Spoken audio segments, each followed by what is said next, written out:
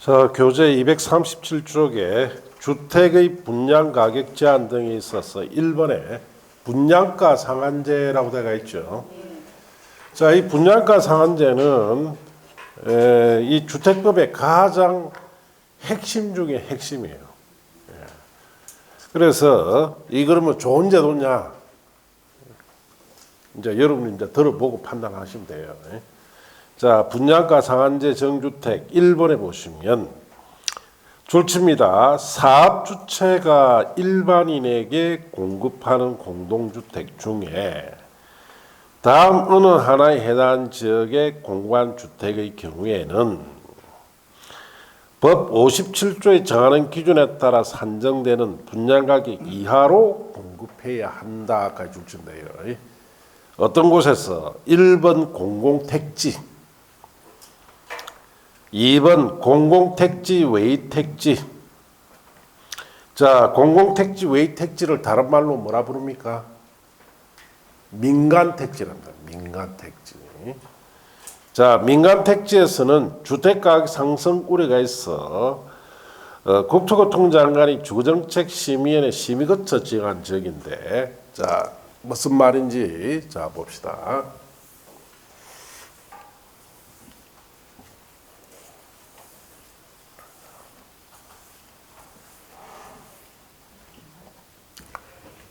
자, 분양가 상한제, 아파트 분양가격의 상한을 정하는 제도다 이 뜻이에요. 자, 그래서 이 아파트 분양가격을 법에서 그 상한을 딱 정해주겠다. 그러니까 자본주의적인 경제질서에 관한 법이 아니고 사회주의적인 경제질서에 관한 법이에요. 자, 이 무슨 말이냐? 풀어서는 이렇습니다. 자, 일반에게 공급되는 공동주택의 자, 분양 가격, 이 분양 가격은 법에서 정하는 가격 이하로 공급해야 되는 제도를 분양가 상한제라 합니다. 그래서 일반에 공급되는 공동주택이라면 여러분이 살고 계시는 아파트예요. 아파트의 분양 가격을 어디서 정해주겠다? 법에서 정한 가격 이하로 공급받아야 뜻이에요. 자, 이렇게 가격 이하로 저 법에 정해주는 가격 이하로만 공급해야 되는 제도를 분양가 상한제다 이렇게 이야기를 합니다. 그래서 이는 자본주의적인 경제질서에 관한 법이 아니고 사회주의적인 경제질서에 관한 법이에요. 쉽게 얘기해서 공산주의 법입니다. 자, 그래서 이 제도를 도입하게 된 배경이 있습니다. 자, 이제 노무현 대통령 시절로 가야 돼요. 자, 그래서 노무현 대통령 시절에 서울에 자, 34평짜리 아파트. 자, 이 34평짜리 아파트가 이 사람 임기 초에 서울 강남 같은데 5억 정도 했습니다. 5억. 자, 임기 끝날 무렵 4년이 지난 뒤에는 이 가격이 14억까지 올라갑니다. 네, 4년 동안 11억이 올라가요. 10억 정도 올라갑니다. 자, 왜 이렇게 올랐냐? 이때 당시에 저도 이때 당시 강의를 하고 있었지만은 서울에 소위 말해서 아파트 투기가 어마어마하게 심했어요. 네, 그러니까 결국 10억 가까이 올라간 거예요. 그리고 이때는 정부가 대출 규제를 했다 안 했다? 안 했어요. 5억짜리 대출 얼마까지 내줬을까요? 10억 내줬습니다. 5억짜리를 10억 내주는 나라가 대한민국밖에 없어요. 왜 그렇게 내주느냐? 자, 5억짜리가 작업을 하면 1억이 올라요. 그럼 또 추가 대출 내요. 내다 보니까 결국 얼마까지 대출 내준다? 10억까지 내준다. 대출 규제 전혀 안 합니다. 예. 그리고 이 대통령은 주택에 대해서는 아무 생각이 없는 사람이에요. 주택 정책을 한마디 엉망을 한 거죠. 자, 이제 난리가 났습니다. 가격이 이마에 올랐으니까 뭔가 대책해야 되죠.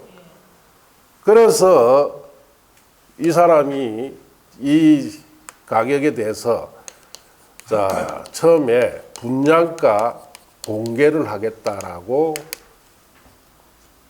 이야기를 합니다. 그 분양가 공개가 대통령이 한다 해서 됩니까? 분양가 공개되면은 자, 서울에 전국적으로 아파트 기본 가격이 무너집니다. 그러되면은 은행에서 지금 10억까지 대출 내줄 때 있죠. 은행이 다 파산납니다. 국가 경제가 주저앉아 버려요. 결국 대통령이 분양가 공개 못 한단 말이에요. 예. 분양가 공개해봐 이거 몇 푼 안 되죠. 예. 거품이 들어가기 시작합니다. 자, 그래서 할 수 없이 발표됐던 것이 분양가 상한제라는 것을 발표합니다. 그래서 전국의 모든 공동주택에 분양가 상한제를 적용합니다. 그래서 이때 분양가 상한제 정했을 때 평당 얼마를 자 분양가 상한제를 했냐? 1,000만 원. 서울 같은 경우 평당 1,000만 원의 분양가 상한제를 딱 정해줘요. 그러면은 34평짜리 아파트 얼마짜리입니까? 분양가가 3억 4천밖에 안 되죠. 자, 그러면 서울에 아파트 건설한다 안 한다? 안 하죠. 건설하면 다 적자인데. 지금 흥기 14억이고 세기 3억 4천밖에 안 되니까 11억이라는 것이 손실을 보게 되는 거예요. 자, 그래서 이 분양가 상한제가 이때 발표된 이래로 지금까지 계속 이어지고 있어요. 네.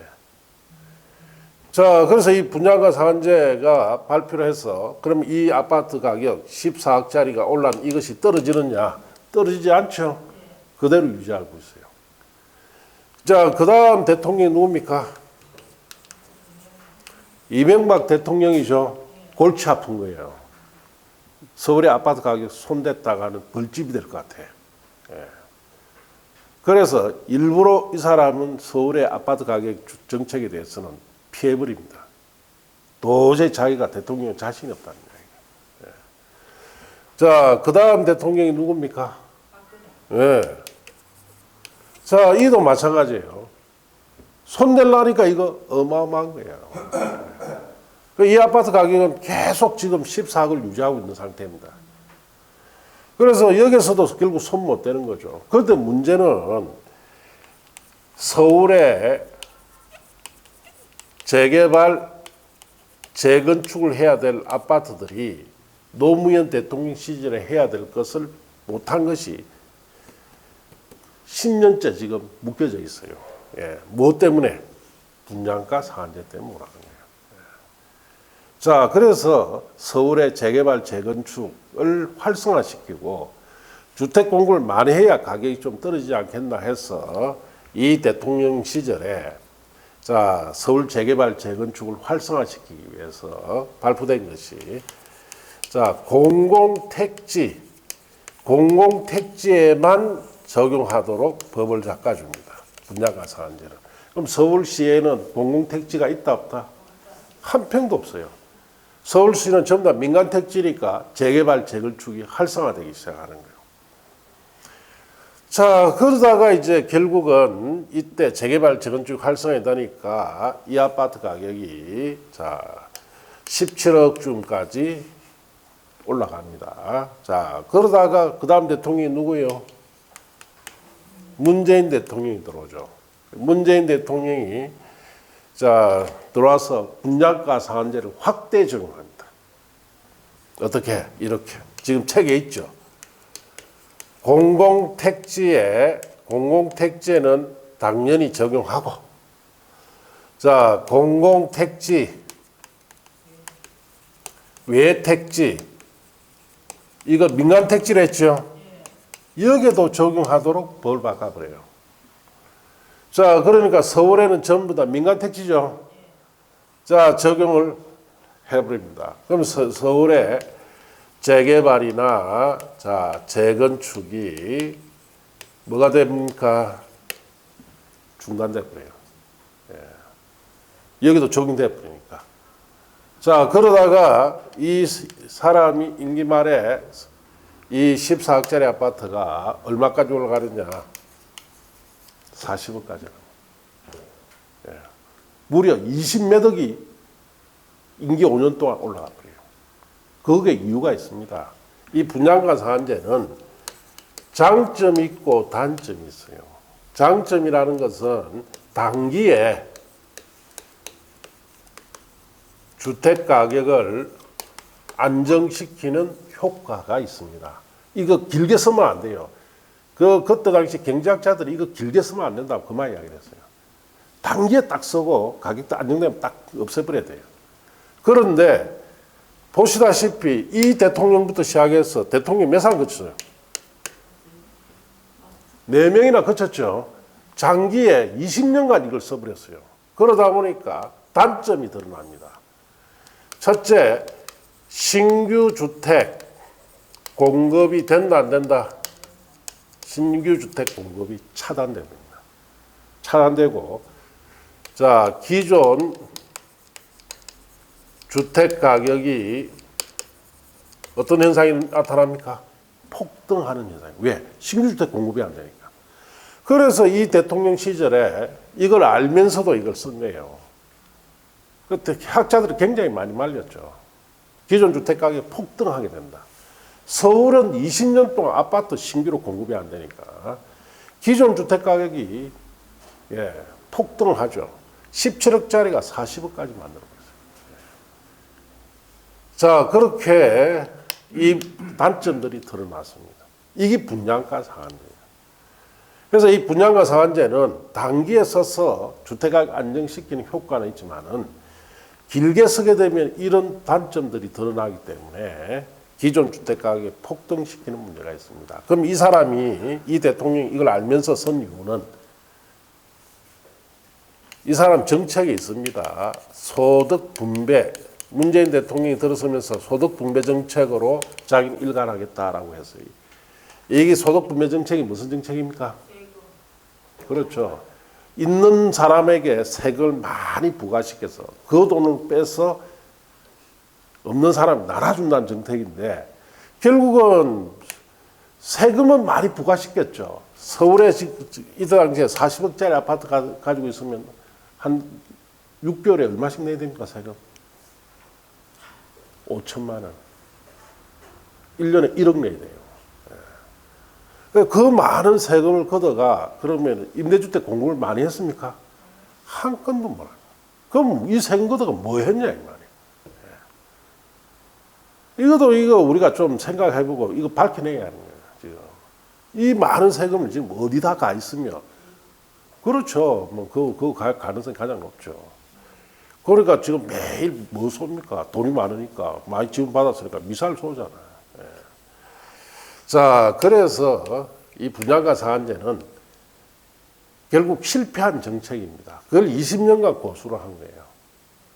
이게 없어져야 할 제도입니다.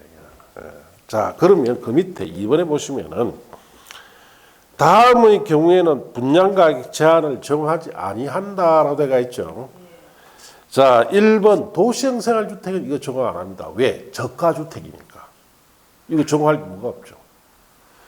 그 다음에 2번 경제자유구역 지정 운영에 관한 특별법에 따라 지정 고시된 경제자유구역에서 건설 공간은 공동주택으로서 경제자유구역위원회에서 외자유치 촉진과 관련이 있다고 인정하여 분양가격 제한을 정하지 아니하기로 심의하게 됐을 경우 이게 무슨 말이냐. 외국인 상대로 분양하는 아파트 있죠. 그건 정화 안 한다 이 뜻이죠. 2번은 출제되느냐 시험에 안 놉니다. 왜 안 놉니까? 뭐 어렵게 생각하지 말고 지문이 길어서 안 나와요. 예. 3번 관광진흥부에 따라 지정된 관광특구에서 건설 공급하는 공동주택으로서 해당 건축물 층수가 50층 이상이나 높이 150m 이상인 것을 적용 안 합니다. 관광특구라는 것은 우리 울산에서 가까이 있는 저 해운대, 부산의 해운대가 관광특구죠. 예. 자, 거기에 공급되는 50층 이상짜리나 높이 150m 이상짜리는 고층 아파트인데 여기는 돈 많은 사람들 살죠. 그런 사람한테 정한다 안 한다? 안 한다 이 뜻이죠.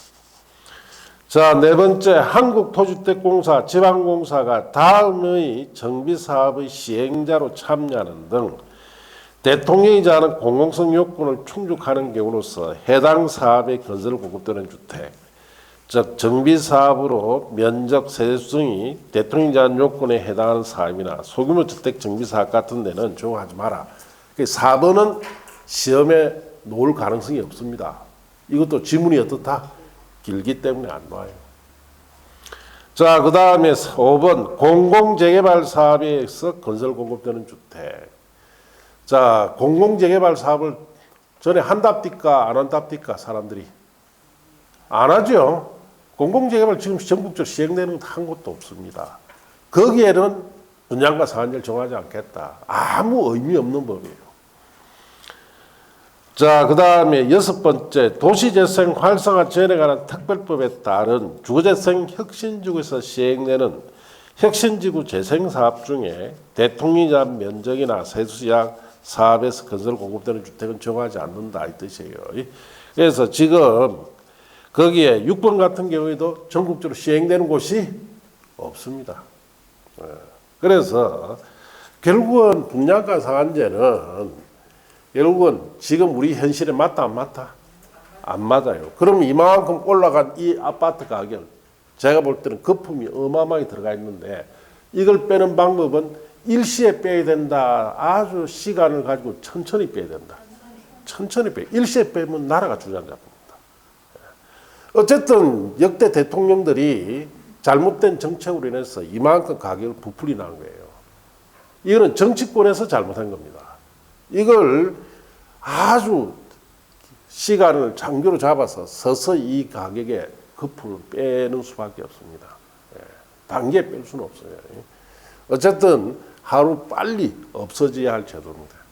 지금 이 서울 같은 경우 아파트 공급을 좀 많이 시켜야 가격이 좀 내려갈 수 있는 여건이 있는데 지금 뭐 분양가 상한제가 버티고 있으니까 자, 아파트 가격은 내려가지 않고 기존 주택 가격만 올라가는 현상이 있는데 지금 다행히 금리가 너무 높죠.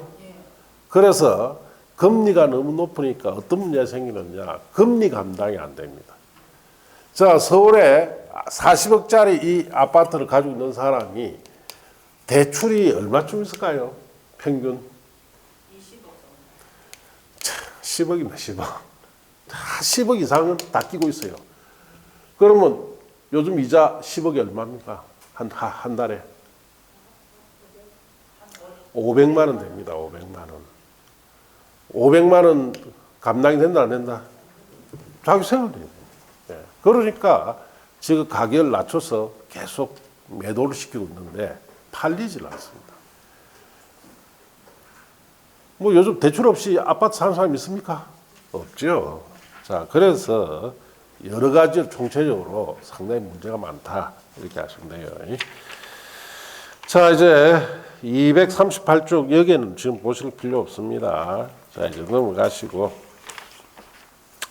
쭉 넘어가세요. 농지법 쪽으로 가서 용어를 좀 배워봅시다.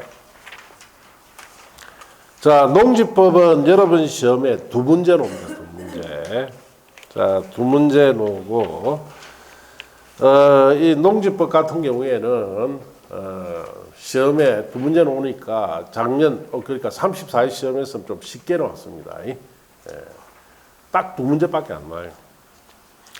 자, 여기는 농지 어떻게 보전, 이용하는지에 관한 부분으로서 자, 거기에 보시면은 246쪽에 농지법 체계라고 되어 있죠. 자, 농지는 크게 세 파트로 되어 있어요. 농지의 소유, 이용, 자, 그 다음에 보전 이렇게 세 파트로 되어 있고 자, 농지는 일반 토지와 다르게 농사를 짓는 토지다 보니까 첫째, 소유 제한합니다. 그래서 경자 유전의 원칙에 따라서 농지를 소유해야 됩니다. 그래서 농업인만 소유해라 이 뜻이에요. 농지 소유 상한 원칙, 원칙적으로 폐지하되 예적으로 인정을 하고 있다. 이런 내용들이 체계인데 지금은 농지를 법원 체계가 크게 세 파트다. 소유, 이용, 보전 이렇게 세 파트가 있다. 이렇게 말하시고 자, 그 밑에 이번에 농지 뜻부터 배워봅시다. 원칙 실제 토지 현상 기준이라 되어 있는데 1번 줄칩니다. 전답 가수원 기타 법적 지목 이하에도 관계없이 실제로 농작물 경작 또는 단생식물 재배지로 이용되는 토지를 농지다 이렇게 이야기합니다. 그렇게 줄쳤어요. 자, 이번에 자 줄칩니다. 계량시설의 부지. 계량시설이라는 것은 유지, 수로, 배수시설 같은 걸 계량시설입니다. 이런 시설 부지도 농지다. 유지가 뭡니까? 유지? 공유물. 그렇죠. 물웅덩이 또는 연못이라는 거예요. 자, 그렇게 하시면 되고 수로는 다 아시죠? 물길이에요. 배수시설 다 아실 거고. 그 다음에 자, 그게 또 줄칩니다. 생산시설 부지. 그게 줄치고. 생산시설 부지도 농지다 이 뜻이고. 자, 생산시설이라는 것은 고정식 온실, 버섯 재배사, 비닐하우스, 농막, 간이 퇴비장 같은 시설 부지도 농지입니다. 그게 농막이라고 되어 있죠. 농막이 뭐예요? 농사 지을 때 조그만 짓잖아요. 이제 그런 건데 농기구 창고 아니면 원두막 이런 걸 갖다가 농막이라 합니다. 자, 이런 시설 부지도 농지다 이렇게 아시면 돼요. 자, 무슨 말인지 자 봅시다.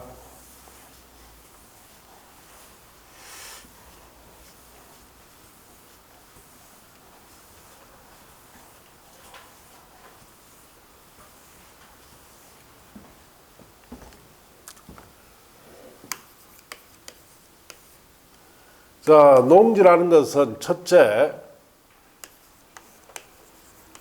지목을 불문하고 실제 토지 사용하고 있는 현장이 농작물 경작지나 다년생 여러 해 사는 이 뜻이에요. 식물 자, 재배지로 사용되는 토지를 뭐라 부른다?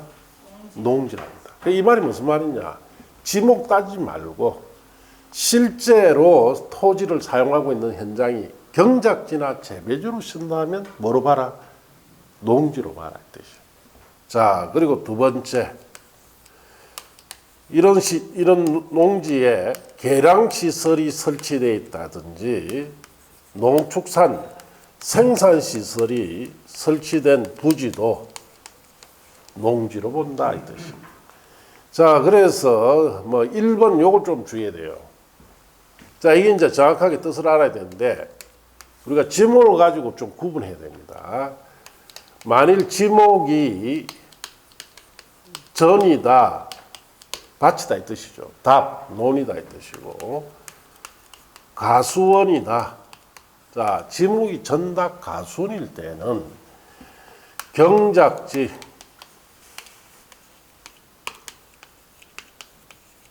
재배지로 사용되는 기간과 무관하게 농지로 봐야 됩니다. 자, 지목이 전답 가수원이면 무조건 뭐가 된다? 농지가 돼요. 그래서 경작지 재배지로 사용되는 경우와 관계없이 무조건 농지로 봐라 이 뜻이에요. 자, 그러면은 지목이 전이다, 답이다, 가수원이 아닐 경우 이럴 때는 경작지 재배지로 사용기간이 3년 이상이 되어야 뭐가 된다? 농지가 됩니다. 여기 중요한 거예요. 지목이 전답 가수원이 아닐 때는 경작지 재배지로 몇 년 이상 써야 됩니까? 3년 이상을 써야 농지가 된다. 자, 그래서 이걸 가지고 이 규정 때문에 우리 주위에 이 규정으로 해서 개발된 곳을 볼 수가 있어요. 자, 어떤 곳이 있냐? 자, 여기 이렇게 산이 있고 여기 차가 다니는 도로가 이렇게 있습니다. 자, 여기 보면은 이 산에 자, 이렇게 해서 여기에 전원주택을 지나는 거 함씩 봅니까? 이는 지목이 임야입니다. 자, 산지죠. 자, 여기에는 지목이 임야기 때문에 산지기 때문에 주택지로 이렇게 바꿔주느냐? 안 돼요. 못 바꿉니다. 그런데 어떻게 이게 들어갔을까? 요 규정을 이용했다는 거예요. 자, 그래서 이 부지에 형질 변경 허가를 받습니다. 자, 형질 변경 허가를 받고 예를 들어서 가수원으로 꾸며놨고 3년 이상이 지나면은 이제 이 부지는 뭐가 됩니까? 농지가 되겠죠? 농지 상태에서 주택지로는 바꿔줍니다. 이 규정을 다 이용해서 산지에 전원주택이 들어간 거예요. 이걸 전문용어로 뭐라 하냐? 산지 개발이라 합니다.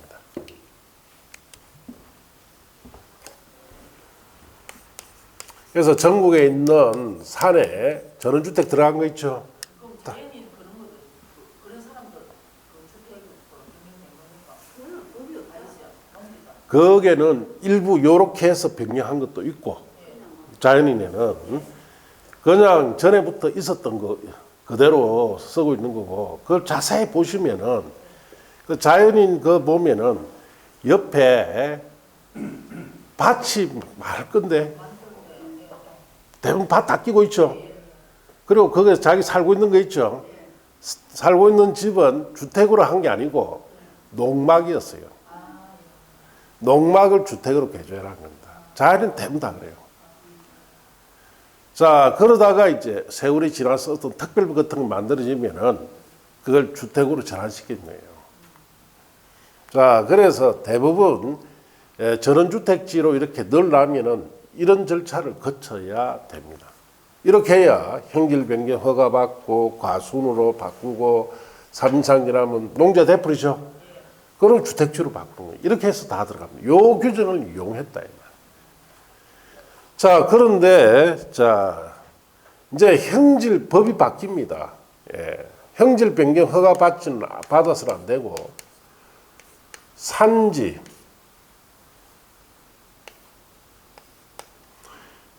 전용 허가를 받도록 법이 바뀝니다. 산지 전용 허가. 이거 바꾼 이유는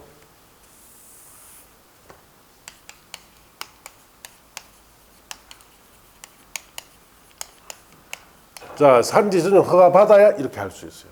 산지 전용 허가는 왜 바꿨느냐? 산지 개발을 금지하기 위해서 이렇게 바꾼 거예요. 이 산지 전용 허가는 안 내줍니다. 이렇게 가수를 한다 이러면 안 내줘요. 산지 개발 이거로 바뀌는 바람에 산지 개발을 지금 할 수 있다 없다? 못 해요.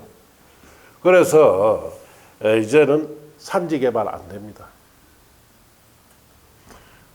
자, 저도 뭐 산지 이거 개발하려고 산 6필지를 샀어요. 전국적으로 좀 요구할 만한 장소에. 그래서 한 필지당 3,000평 정도로. 그래서 6필지면 18,000평이죠. 그 뭐 강의하면서 번 거 그거 다 털렸어요. 그거 다 날라갔습니다. 왜요? 저도 사실은 이거 하려고 했다. 산지 개발. 그래서 산지 개발을 해서 이거 해서 지금쯤은 이게 제대로 됐으면은 산지 개발 업자가 됐겠죠. 자, 제가 산 6필지 사고 준비하는 과정에 법이 형질 변경 허가에서 뭐로 바뀌었다? 산지 전용 허가로 바뀌었어요. 딱 안 되는 거예요. 그래서 이 토지는 운도 따라줘야 됩니다.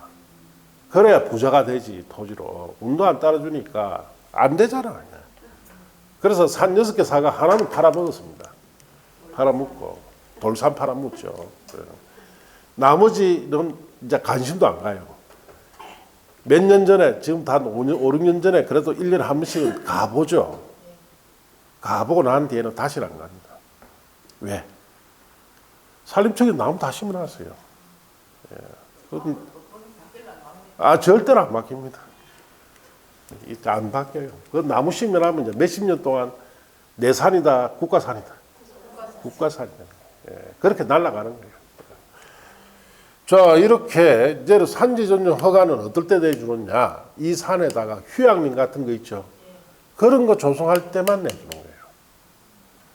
그러니까 이와 같이 가수원을 바꿔서 농지로 뭐 전환시켜 주택지로 전환하는 것은 이제 꿈에도 할 수 없는 일이 되어버렸어요. 자, 그래서 옛날에는 행질 변경 허가할 때는 이기적으로 많이 이용해서 산지 개발을 많이 했습니다. 자, 그래서 옆 페이지 보시면 예배에 보세요. 다음에서 정하는 토지는 제위한다라고 되어 있죠. 농지에서 제외해라 이 뜻이요. 자, 그래서 1번에 공간정보 구축 및 관리 등에 관한 법률에 의한 줄치입니다. 그 다음에 지목이 전답 가순이 아닌 토지로서 농작물 경작이나 단생식물 재배지로 계속 이용되는 기간이 3년 미만인 토지는 농지가 아닙니다. 자, 지목이 전답 가순이 아닐 때는 경작지 재배지로 몇 년 이상 써야 됩니까?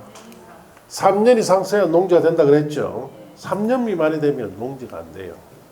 자, 그 다음에 내려가서 2번에 보시면은 공간정보 구축 및 관리 등에 관한 법률에 의한 줄치입니다. 지목이 임야인 토지로서 산지 전용 허가를 거치지 아니하고 농작물 경작, 단생식물 재배 이용되는 토지는 농지가 아닙니다. 자, 여기 보세요. 지목이 임야인 토지는 무슨 허가를 거쳐야 됩니까?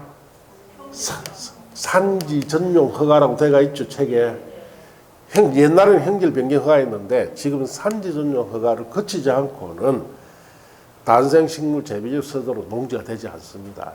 그래서 산지 전용 허가는 이런 가수원 같은 거 조성하는데 허가해준다 안 해준다? 절대로 안 해줍니다.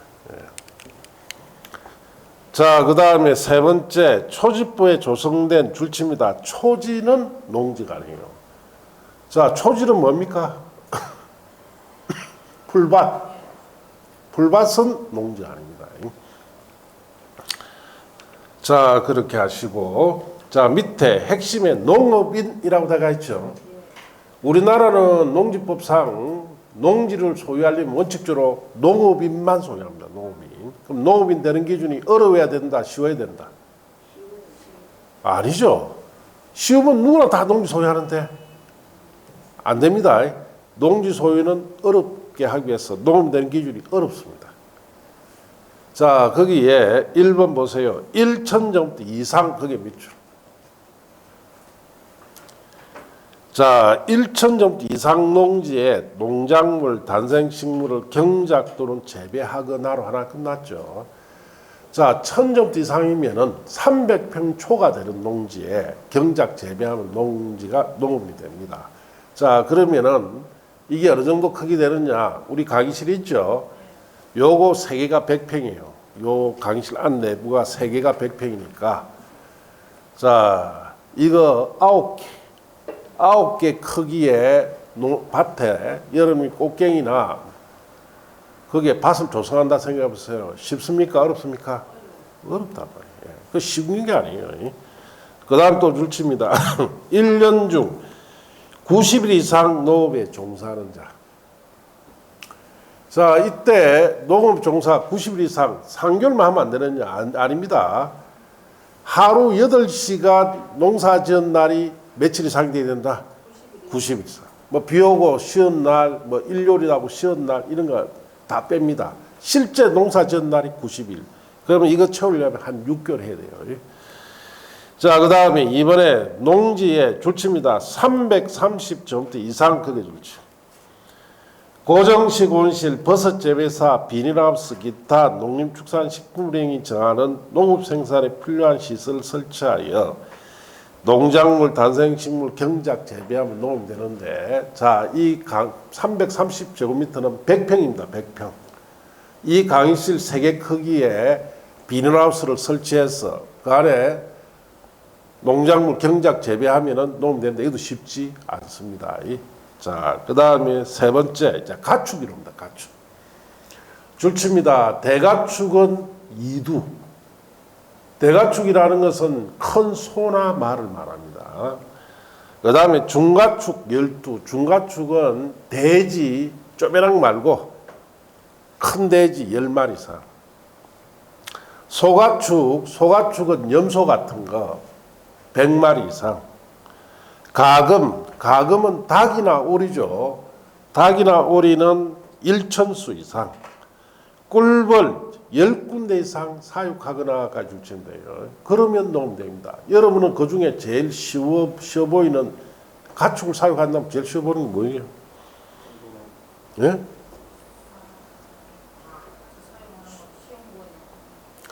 쉬운 거 없습니다. 소 2마리, 큰 소 2마리 한 켜 보세요. 예? 아침 새벽 4시부터 저녁에 8시까지 매달리가 있어야 돼요. 예, 소 키워본 사람들 다 알 겁니다. 예, 엄청 힘듭니다. 저는 닭을 한 100마리 키워봤어요. 고등학교 때. 제 고향이 산청입니다. 그러다 보니까 지리산 밑이니까 뭐 물기 없잖아. 그러니까 용돈은 필요하고 닭을 키워가 어떻게 팔아물라고. 그요. 나중에 다 키우는데 남는 게 최종 한 몇 마리밖에 안 나왔습니다. 처음에 150마리부터 시작해가. 자, 150마리부터 시작하는데 뺑아리 150개 사와가지고 키우는데 거기서 한 4, 50마리 병으로 죽습니다. 그 중닭이 됐죠. 중닭이 되면 특히 여름 때 빌빌합니다. 저거 다 갈 것 같아.